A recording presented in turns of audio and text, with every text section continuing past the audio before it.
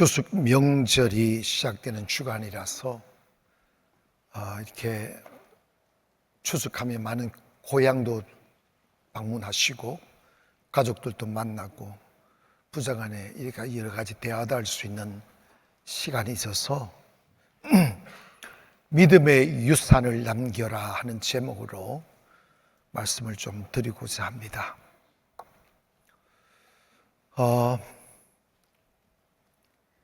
부모라면 자식을 사랑하지 않는 부모는 없습니다. 그것은 사랑하려 하지 않아도 사랑할 수밖에 없는 게 천륜 같은 거예요. 옛말에 고슴도치도 지 새끼를 이뻐한다 하는 말이 있어요. 고슴도치는 온몸에 가시를 달고 살아요. 어떤 짐승도 못 잡아먹어요.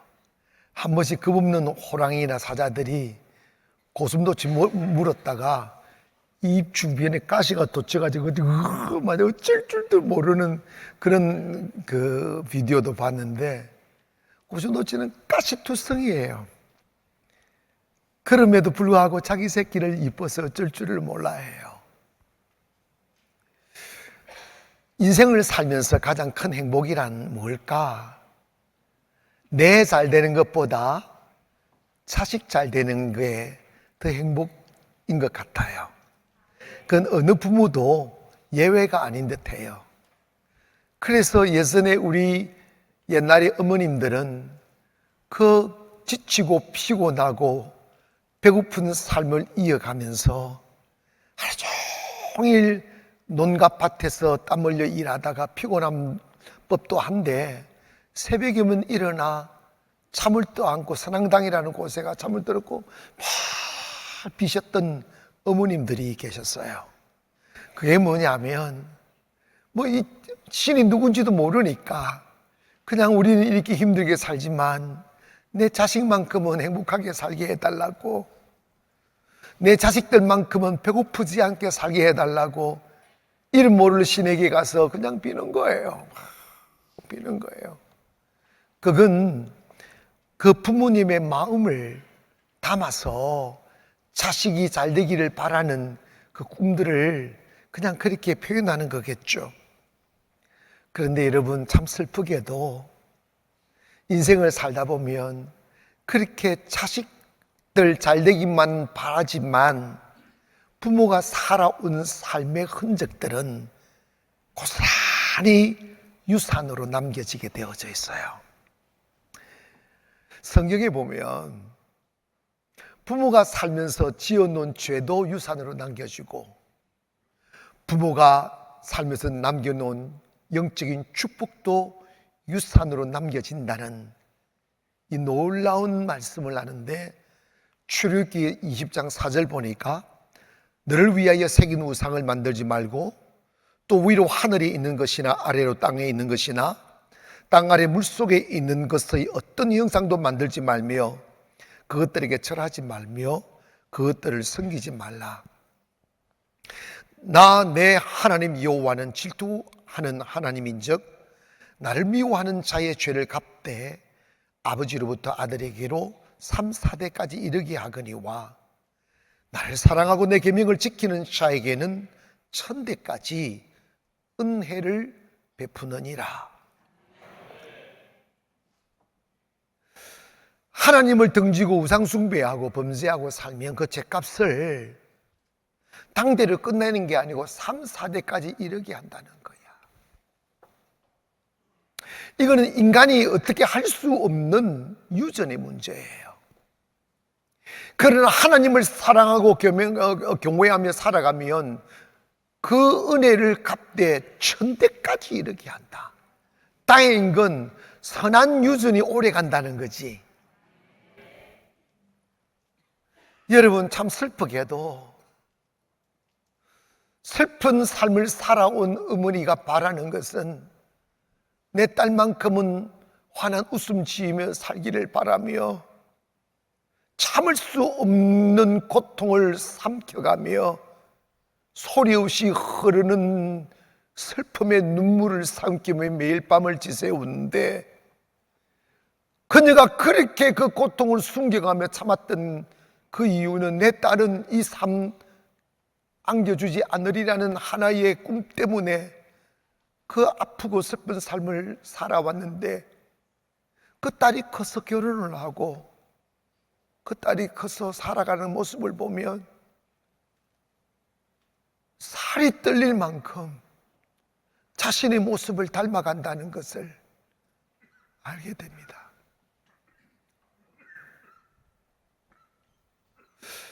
저는 이런 생각을 했어요.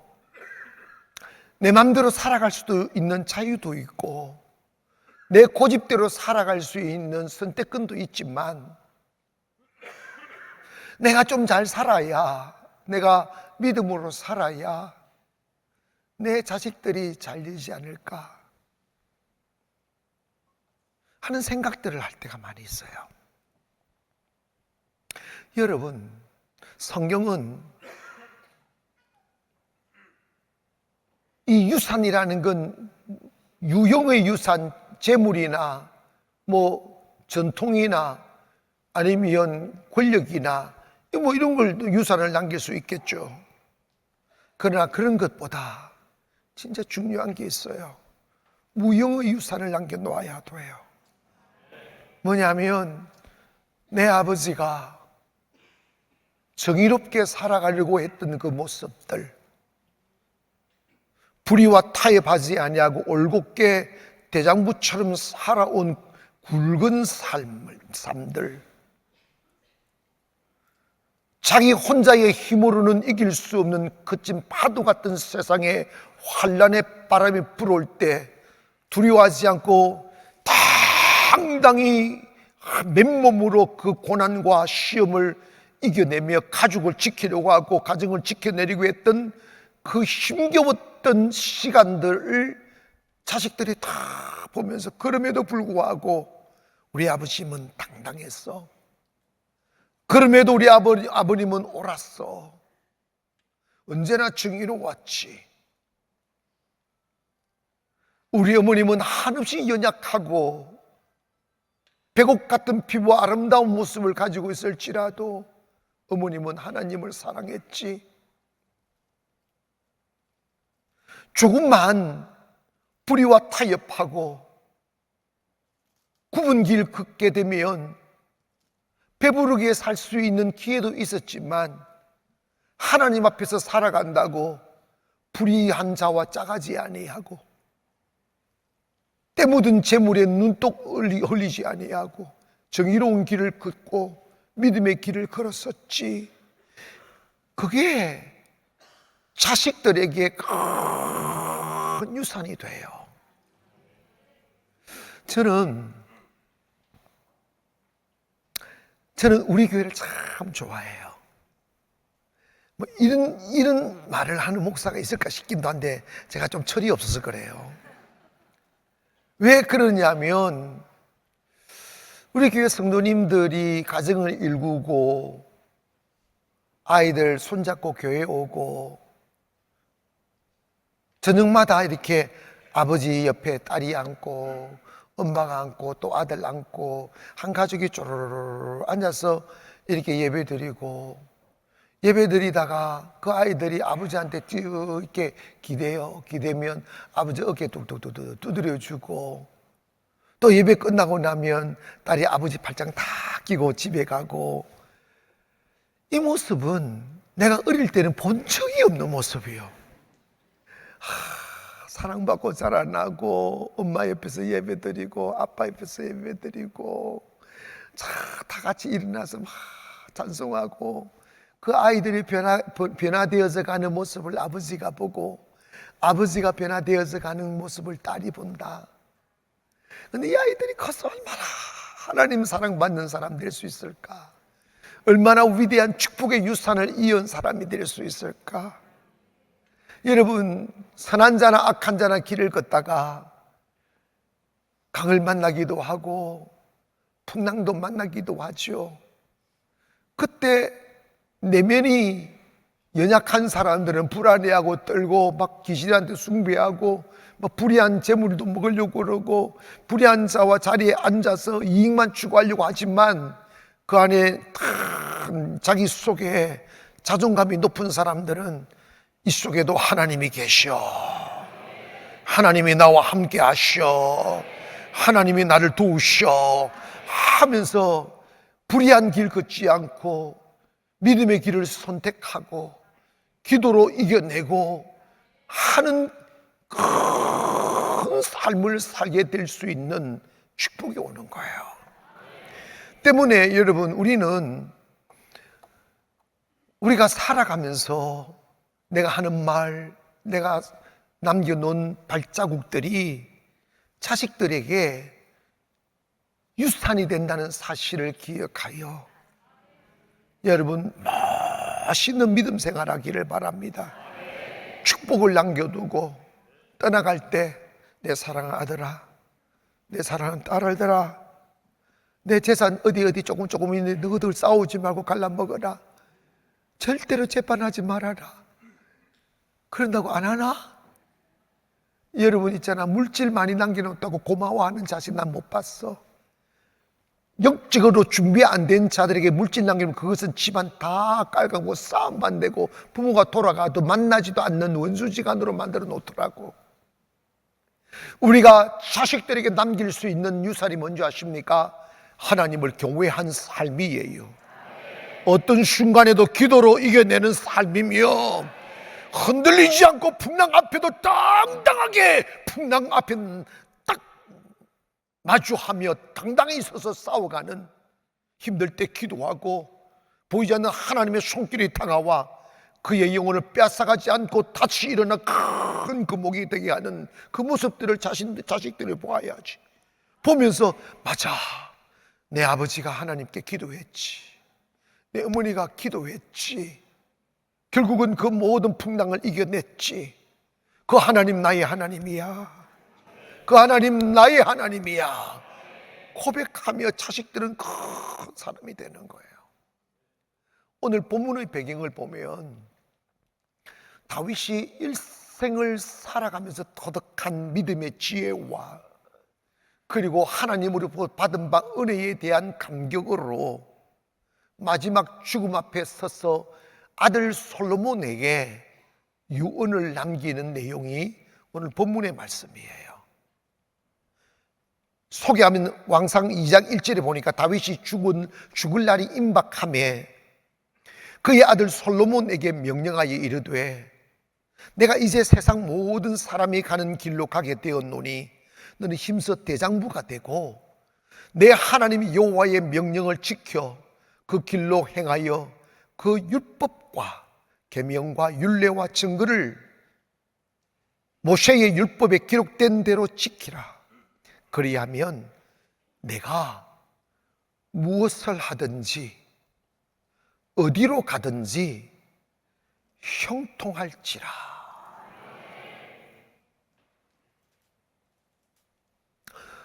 내가 무엇을 하든지 어디로 가든지 형통하게 될 거라는 거예요.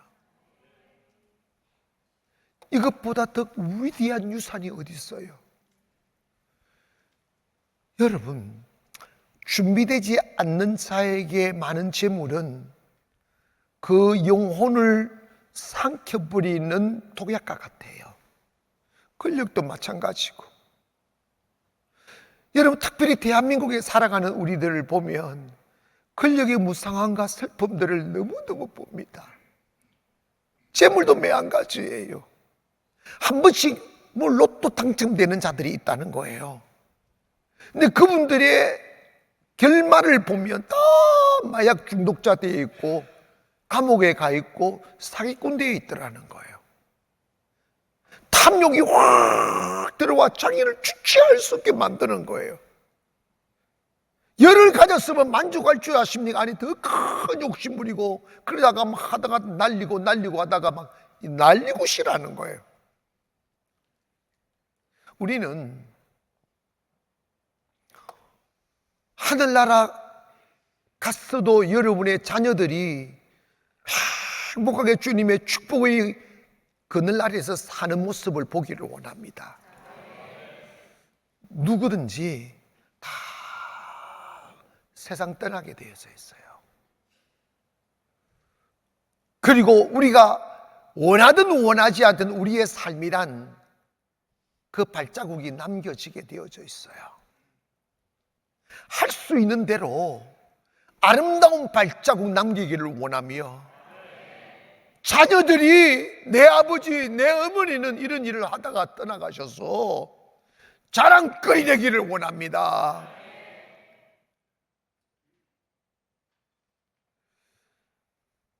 다윗이 남긴 유산이, 이 유산을 우리가 닮아가야 돼요. 아름다운 유산, 아름다운 유언, 이게 정말 중요해요.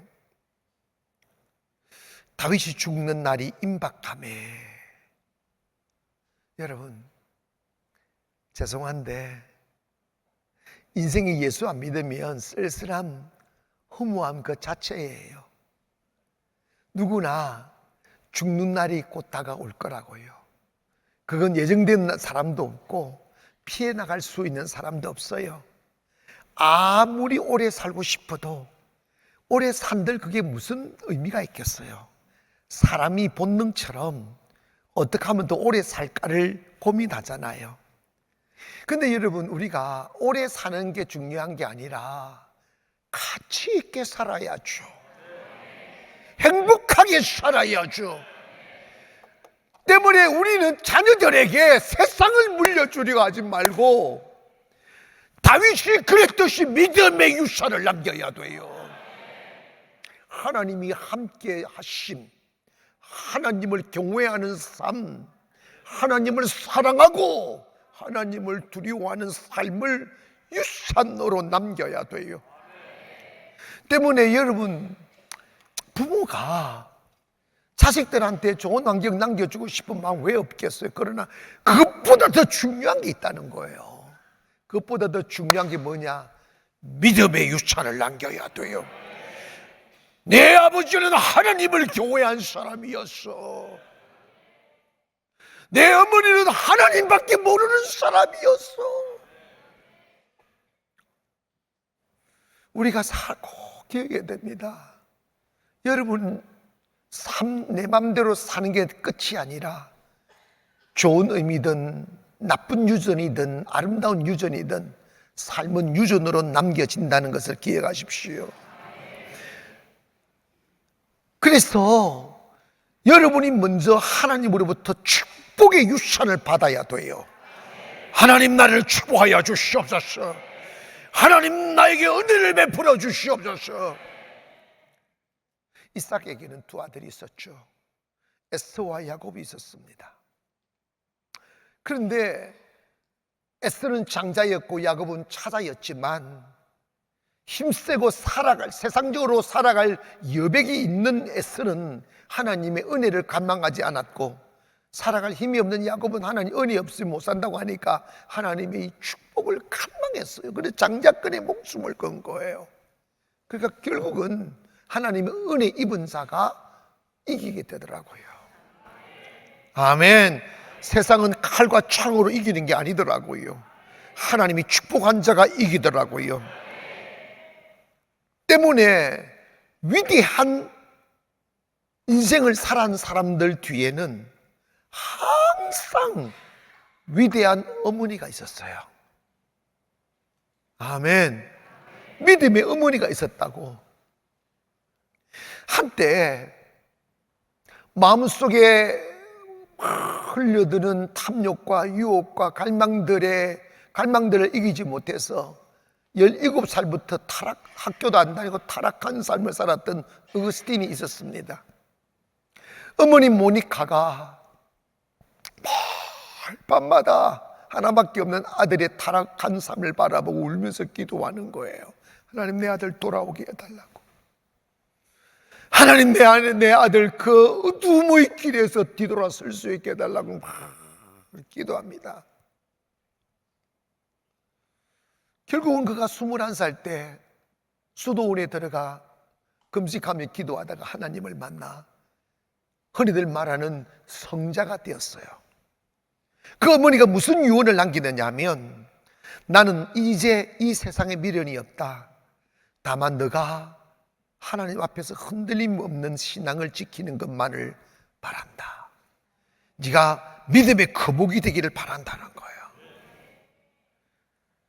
감리교를 창시한 존 웨슬레의 어머니 수젠나 웨슬레는 그 웨슬레에게 이런 유언을 남겼어요. 자녀들을 위해 기도하는 어머니가 세상을 움직인다. 슬픔 껴안고, 외로움 껴안고, 아픔 껴안고, 남편과 막 싸우고 못 살겠다 이러지 아니하고 그 고통을 기도로 승화시키는 거예요. 슬퍼서 기도하고, 아파서 기도하고, 외로워서 기도하고, 그 기도한 어머니의 아들이 세상을 바꾼다는 거예요.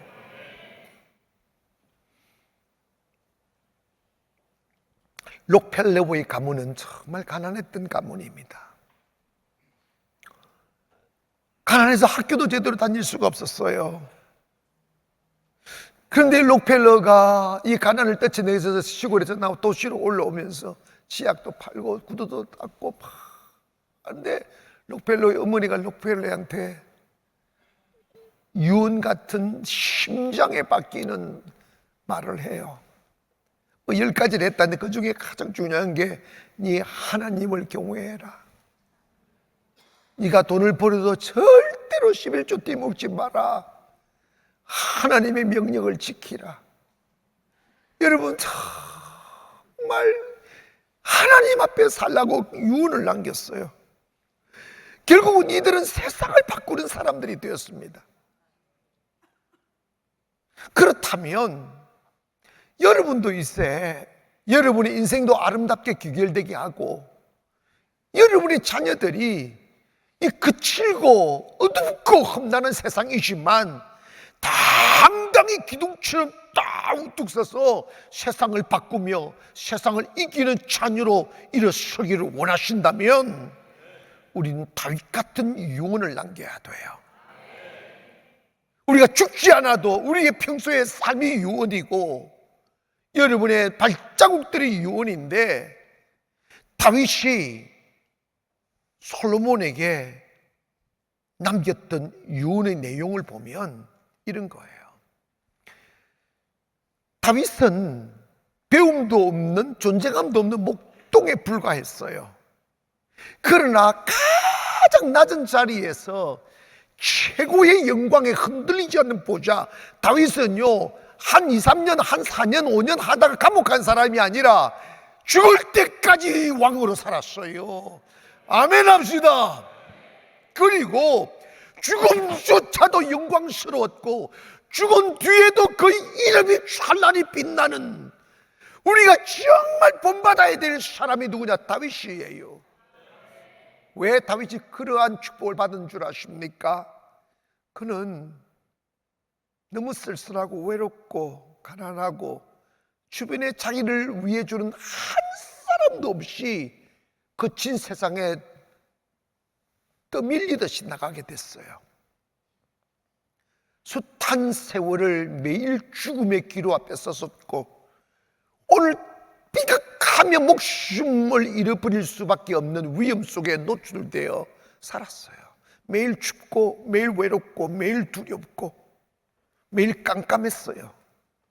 그러니까 저린 가슴으로 하나님을 바라볼 수밖에 없었어요. 오늘도 하나님이 보이지 않는 손길로 나를 지켜주시지 아니하면 나 죽습니다. 먹을 것도 없습니다. 추운 밤 꽁꽁 얼어 죽어야 됩니다. 너무너무 하루하루가 힘겹다 보니까 하나님만 바라보는 게 몸에 배였어요. 하나님, 제게 은혜 주세요. 세상에 나를 위해 주는 사람 단 한 사람도 없습니다. 내일 아침 태양을 희망의 눈으로 바라볼 수 있으려면 하나님이 저와 함께 해주셔야 됩니다. 이 믿음 하나 가지고 다윗이 살면서 가장 중요하게 여긴 것이 뭐냐면, 나 하나님의 은혜 입어야 살아. 이거예요. 고백합니다. 나 하나님의 은혜를 입어야 삽니다. 아멘. 여러분 봐봐요. 하나님의 은혜 없이는 일어설 수 없어요. 하나님의 은혜 없이는 숨을 쉴 수가 없고, 하나님의 은혜 없이는 내가 언제 죽을지 모르는 위험에 노출되어 살았기 때문에 다윗의 가슴에는 어떻게 하면 하나님의 은혜 입을 수 있을까? 이것만 생각한 거예요. 그래서 하나님의 눈밖에 나지 않으려고 언제나 하나님의 말씀 앞에 무릎을 꿇었고, 하나님 기쁘시게 해드리려고 찬양했고, 하나님의 그 따뜻한 사랑을 느끼기 위하여 가슴을 들여 기도했어요. 오늘 또 하나님의 위력 없이는 숨을 쉴 수가 없으니까, 하나님이여, 사슴이 시냇물을 찾기에 갈급함같이 내 영혼이 주를 찾기에 갈급합니다.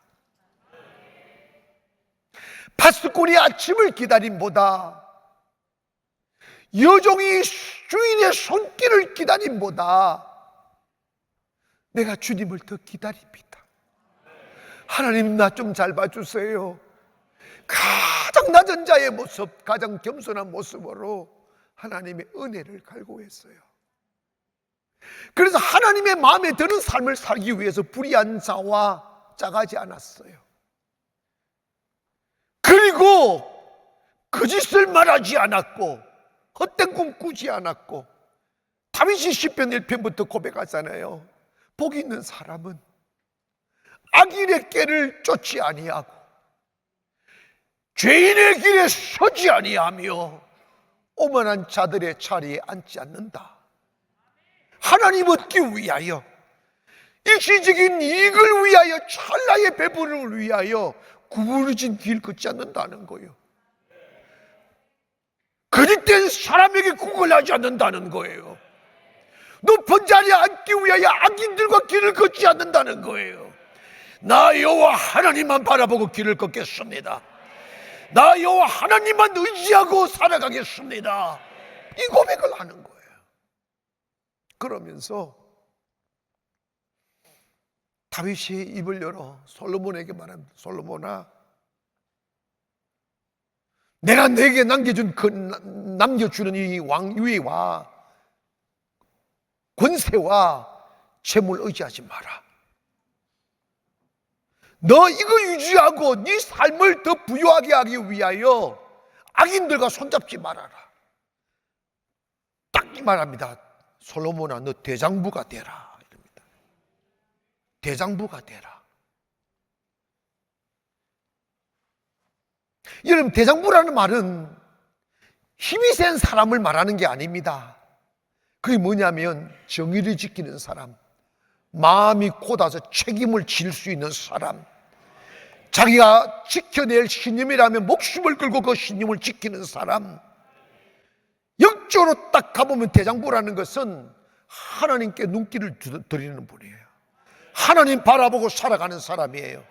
사람에게 휘둘리지 않습니다. 인기에 휘둘리지 않습니다. 아무도 그 길을 걷지 않아도 하나님이 기뻐하시는 길이면 그 길을 걷는 사람이에요. 그의 선택이 언제나 의롭고 그의 선택이 언제나 정의로운 사람, 이 사람이 대장부라는 거예요.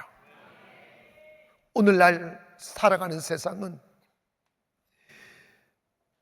오직 자기의 배만 불리려고 거짓과 짝하고 불의한 길을 걷고 이익만 되면 출세만 하려면 악인의 꾀를 따르는 많은 사람들이 있어요. 그러나 그 사람들의 끝자락은 언제나 통곡이었고 슬픔이었어요. 사랑하는 여러분, 우리 예수 믿는 사람은 대장부가 돼야 돼. 대장부라는 게 뭐예요? 모든 사람이 아니라고 한달지라도, 모든 사람들이 그 길이 아니고 다른 길을 갈지라도 두려워하지 않고 정의로운 길 가는 사람, 믿음의 길 걸어가는 사람, 옳은 선택을 할 줄 아는 사람, 믿음으로 살아가는 사람, 그 사람이 대장부라는 거예요.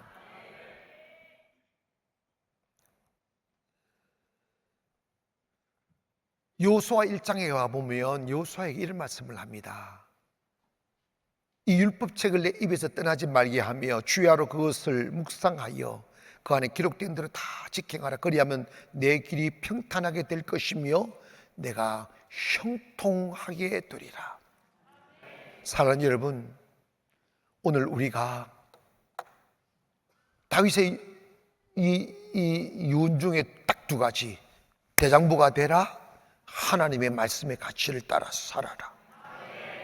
이 말씀대로 살아가면 네가 무엇을 하든지 어디로 가든지 형통하리라.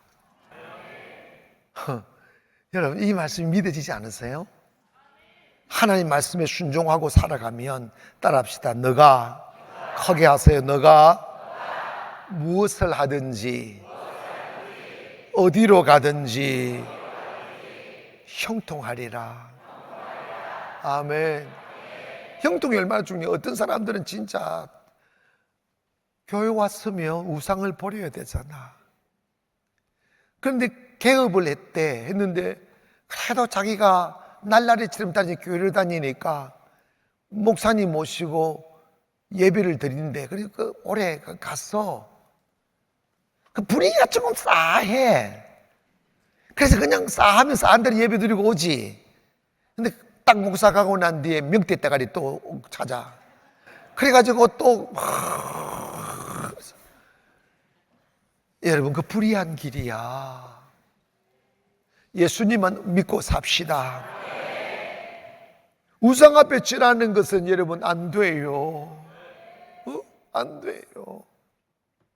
여러분, 권력을 위해서 우상 앞에 절을 한다? 재물을 위해서 우상 앞에 절한다? 그게 바알신이고 그 아세라신. 그래서 이스라엘이 다 망한 거예요. 주님 다 믿고 말씀대로 가기를 주의 이름으로 축원합니다. 제가 마지막으로 여러분에게 드리고 싶은 말씀은 자녀들에게 믿음의 유산을 남겨주자는 거예요. 자녀들에게 믿음의 유산을 남겨라. 여러분, 디모데후서 1장 5절에 가보니까 이런 말이 있어요. 이는 내 속에 거짓없는 믿음이 있음을 생각합니다.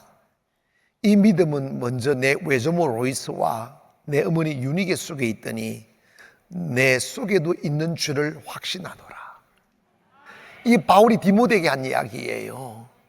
디모데 보니까 믿음이 너무 신선하고 아름답고 정결한 거예요. 근데 도대체 저 믿음이 어디서 나왔을까 고민하는 거예요. 세상의 믿음이 유전이더란다. 그 믿음이 어디서 찾아보니까 너희 외조모 로이스와 너 어머니 유니게 속에 있던 게 너희 안에도, 네 안에도 들어왔구나, 이 이야기를 하는 거예요. 사랑하는 여러분, 아버지가 기도하는 유산을 아들에게 남겨주면 그 아들 큰 대장부 됩니다.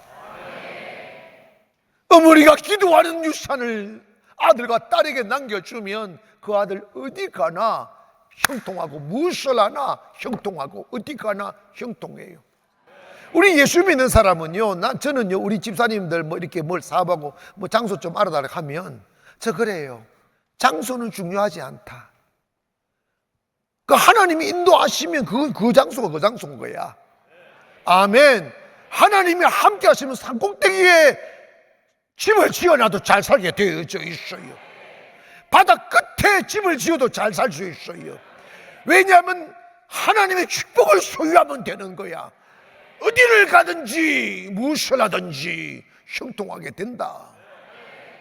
그 믿음의 유산만 남기면 되는 거예요. 하나님이 잃어버리면 어디를 가도 안 되고 무엇을 해도 안 되는 거예요. 그러나 하나님 딱 경외하면 어디를 가도 무엇을 해도 형통하게 되는 거죠. 저는 여러분이 자녀들에게 화려한 세상을 남겨주지 않아도 된다고 생각해요. 여러분이 자녀들에게 남겨줄 수 있는 유산이 뭐냐면 매일 함께 손잡고 예배하는 유산이에요. 저는 이게 진심이에요. 그전에는 제가 이런 마음을 가져본 적이 없어요. 여러분 사업하면서 여러분이 사업장에 만족하는 사람 없듯이 목사님들 자기 교회를 그렇게 좋다고 하는 목사님들 거의 없을 거예요. 그런데 저는 우리 교회가 너무 좋아요. 왜 좋으냐 하면 그것 보면 알아요. 목사님들 어떻게 하면 다른 교회 가서 집회 나갈까 이것만 생각하는데 나는 집회 오라는 데 많아요. 근데 다 캔슬해요. 가능하면 다 캔슬해요. 왜냐하면 나는 여러분과 예배 드리는 게 좋았어. 왜 좋냐?